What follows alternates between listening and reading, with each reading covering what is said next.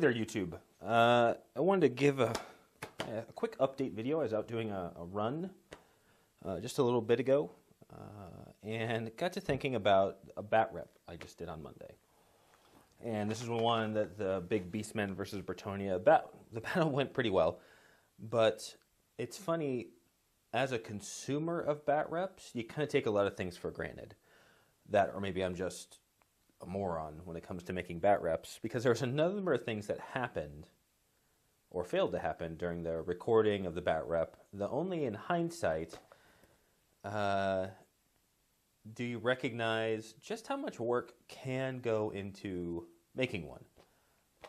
Particularly maybe if you're, I don't know, not capable of making quality Batreps, perhaps like me. So I thought I'd pass along some lessons. This could be a little bit of humor to for you to paint to. You can say, hey, look at the chucklehead, watch my subscriptions, which are hovering right about 15 right now, plummet down to 2, you know, me and my wife or something like that. But I try not to take, I said, this channel for me is a way to kind of commiserate, bitch sometimes, pardon my language, with the rest of you. And you can't take yourself too seriously when you're playing with little plastic and metal soldiers. So what I thought I'd do tonight is kind of go through what happened to Batrep and kind of the funny things that transpired and some things to think about for the rest of you who maybe haven't made a video yet, and some things to keep in mind when you're actually making a Batrep and playing in it. Because you can make a Batrep watching somebody else is probably pretty easy. You can play the game of Warhammer. I mean, it's sometimes challenging enough to remember all the particular rules and things, but then throwing in a crazy scenario and some things fall through the cracks. So in my last hobby update video, video number 3 on the channel, I chatted about how I was going to do a custom scenario for this battle report.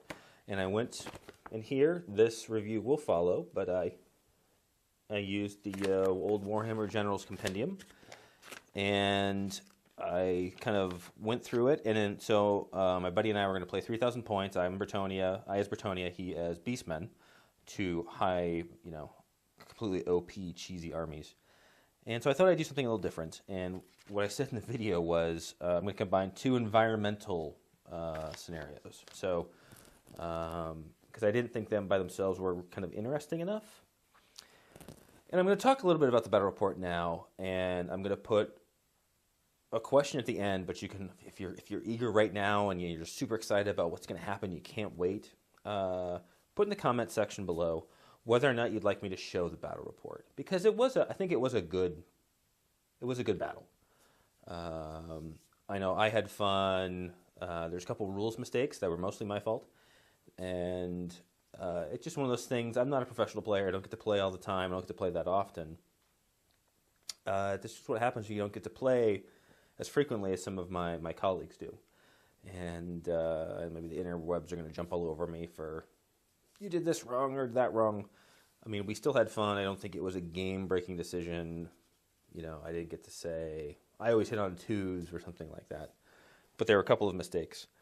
So the battle report may follow. So I'm going to try not to give away too many details now.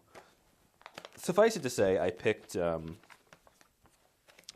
2 environmental campaign kind of features, one of which had to do with a water shortage, and how that affects each individual unit if the well has been poisoned and they've been on campaign for a long time and they're passing out from thirst and things. And then the other one was a sandstorm, which affected missile weapon troops and the distance you could charge or flee, because there was a dust storm. And I created a little, 2-minute campaign intro as to why this was happening.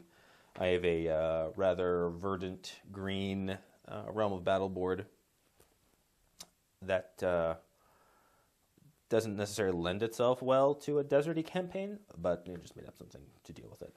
So I wrote down a series of things to remember for the battle report. The first one is remember the scenario rules, because about half the turns we would forget to roll the rules, or we'd you know, oh, this gives you stubborn, and we completely forgot the whole battle report. And again, it didn't like dramatically affect the battle, but it's one of those things you're kind of, especially me promoting, oh, like I should do campaigns, they're fun, it adds a curve.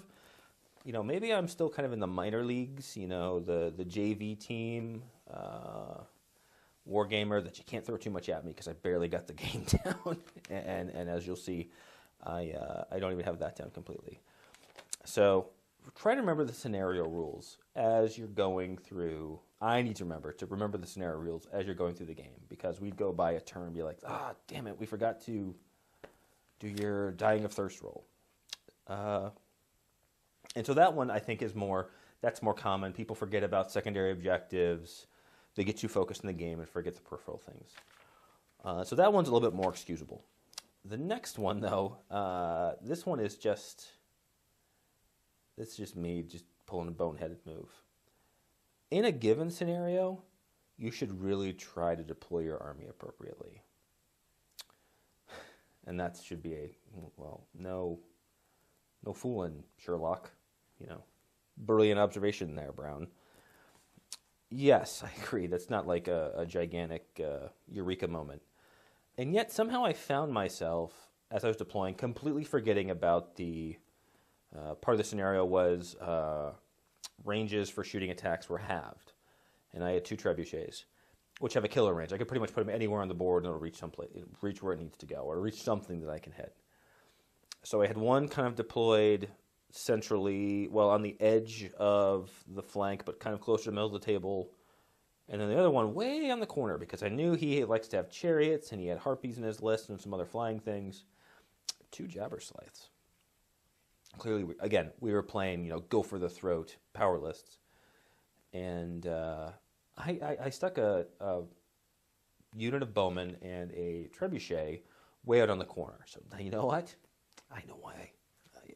I'm going to get him. I'm going to outsmart this guy, because he's not going to have enough stuff, and he's going to have to commit both sides to go charging across and get rid of my war machines. Brilliant plan. And it probably would have been an okay one had I remembered that they wouldn't be a threat necessarily, because essentially they had nothing to shoot at all game. So that was pretty good. That made me proud when you go back and you watch the videos of yourself. And you're like, what a dumb shit. Sorry again, cursing tonight. But essentially that's kind of what, after I watched the videos after the game was over, just you find yourself shaking your head. Okay, so that was on the gameplay side. So we're going to kind of flip back and forth. One is on the filming the batrep, designing the batrep, and the other's on the gameplay side. So let's go back to the filming side. And I've shown this camera that I've been using before, and it was actually really handy to kind of be able to walk around since it looks like a cell phone, and you're taking video. And I got a nice little microphone, and I'm super paranoid now. Yep, it's on. And you're probably going to see me do this for a number of videos. Image stabilization on a camera is a good thing. And again, I keep, see a lot of eye rolls, or you've clicked off the video by this point because this guy's a moron. So when you mount on a tripod like it is now, as I'm filming myself, you're supposed to shut it off for whatever reason. I don't know what it is. Maybe it saves battery power or something. But you're supposed to turn it back on. So as I'm watching the clips of myself, it's a little bit of shaky camera.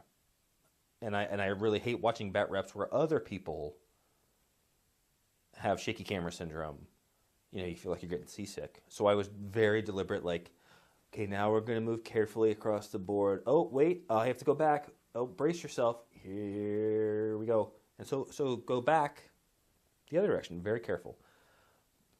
However this camera works, though, on the inside, it's like the little gerbils are, we're free, run around. And so it's not terrible footage, but it's not the best. The other thing, and I keep pointing at this, is make sure you turn the mic on. If you're going to use an integrated mic or a external plug-in mic, make sure it's on. I only did that for one turn, but it was kind of a critical game turn, so I'm going through and I've organized things like, Bretonnian won, Beastmen won. How did I go first? Well, you have to save that for the Batrep. It's a surprise. Little teaser alert. And then I get to, I think it's Beastmen, no, Bretonnian, like 3. Dead silence. Or, you can hear like this, Charlie Brown in the background. Me, of forgetting to turn the mic back on. And so when I put the Batrep together, not only am I have to do a mea culpa for that turn, but I'm going to have to do, if I end up making the Batrep,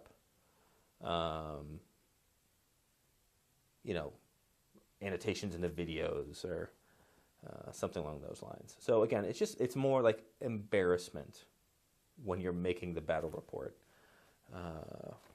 So again, kids, 2 things not to do: turn the mic on, and make sure your image stabilization on. Again, in a rocket science. Okay, back now to playing the actual game. What really helps make for a good Batrep is knowing the rules of the game.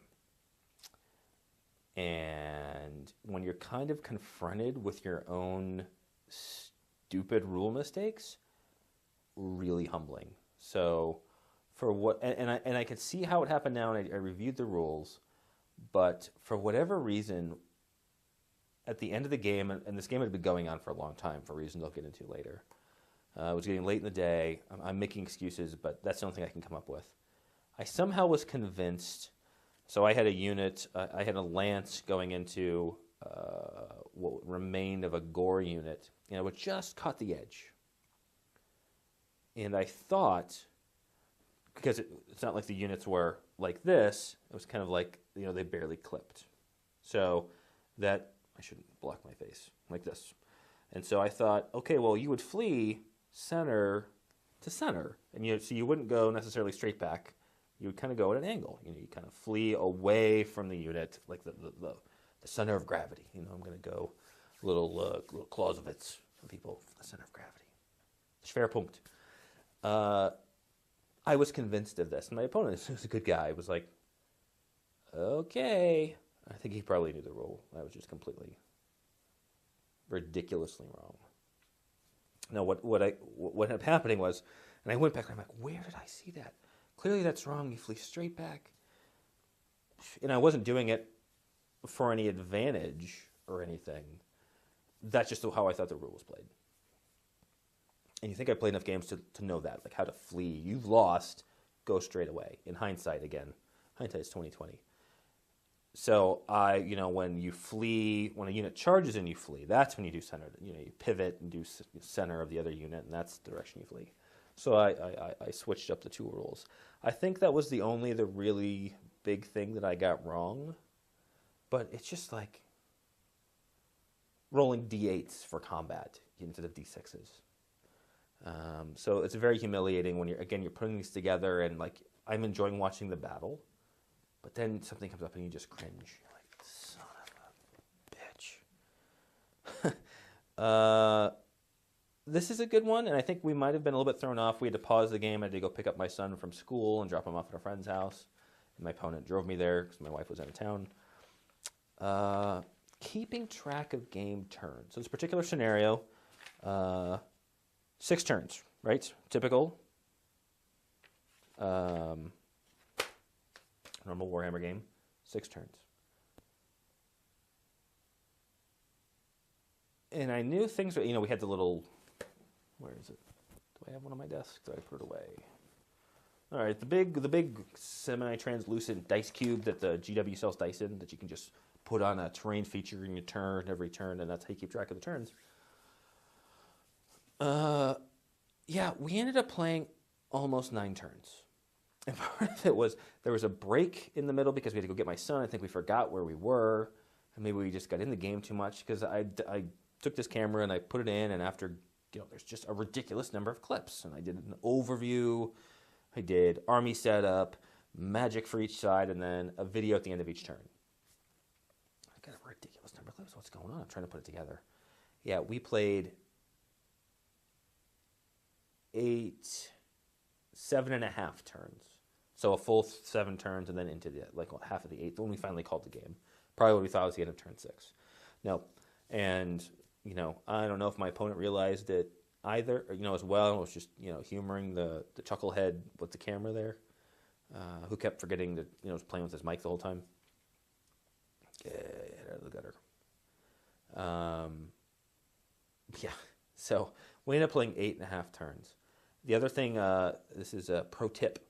Remember when you're narrating whose actual turn it was, because half the time I'm getting, and I don't think I do a lot of talking with other people and public speaking and, diplomatic kind of stuff for my job, so I think I'd be comfortable, talking into a camera. I don't know if I got flustered or my head was in the game, which wasn't really true because the game, I played it reasonably well for my meager skills. I don't want to give away the end. No spoiler alerts. I can't say I was in the zone, but for whatever reason, yeah, I just would say like, Bretonnian turn 6, and it was like Beastmen turn 2. It wasn't quite that bad, but it was bad enough. So again, another pro tip. So, all in all, yeah, there was a couple other things like lighting and trying not to move around too fast. I'm still playing around with because I want to do more Batreps. It's not like I saw this and was like, never again, threw the camera up against the wall or something like that. But it's definitely a learning curve. Some folks just set up the camera, like was it Vidhammer Fantasy? He kind of sets the camera up on a tripod and just films the whole thing and then goes through it fast forwards through it and then narrates it. Some other people, just take stills and narrate to that. That seems to be the most popular. Excuse me. Others will talk their way through it with pictures and then put in a clip. Reef just did that. I'm not sure exactly what I'm going to do. My fear is that if I take pictures, I'm just going to forget what happened in the Batrep. I'm like, what am I taking a picture of here? And so maybe it just takes practice. So this video I can put out a lot faster, and I'm kind of embarrassed to put out the Batrep. I'm afraid that'll just be the end of the channel. I can throw in all the special effects I want, but nobody's going to respect this guy. Nobody's going to respect this guy for putting out such a crap product. So I just want to put out this quick video, kind of pass along my embarrassment at the kind of Batrep that I did. I mean, it's funny in hindsight, but it's still, you're like, it's one of those things like it's funny, but you still cringe when you think about it. So if you want to see the Batrep, let me know, and I will put it together and, work my way through it, annotate the turn where I forgot to turn the camera on, and, we'll say, well, the battle should have stopped, and then we'll show the extra turns, and, it was a learning experience for me, maybe something for you to kind of laugh at. There's some lighting issues, too. I just don't have a lot of light in my kitchen where we set up the board. But it's not like it's not watchable and you can't see anything, and it's, you're on a roller coaster with the camera or anything. It's not bad, and I'm probably being a little bit too hard on myself, but it definitely could be better. So I thought I'd just do a quick video and kind of pass along that your man Jason still needs to work a little bit on Batreps. So hope all of you gentlemen, because I know so far it's only gentlemen based on the analytics, all 4 of you that have watched the videos. Hope you gentlemen are having a great week so far. And again, I will get this done. I've got pages all marked for things to do. I'm also going to throw in a little bit about the big Warhammer rulebook on some campaign ideas. And after this, I'm not exactly sure what I'm going to do because I don't have any Batrep scheduled. I could just have like, hey, want to go over to buddy's house and play a quick game? So I may do some more modeling things, or if you guys, again, want to see some of the armies or close-ups of things, let me know. So, again, hope you guys are having a great week, and please stay subscribed. It'll get better, I promise. So, guys, take it easy, and talk to you soon.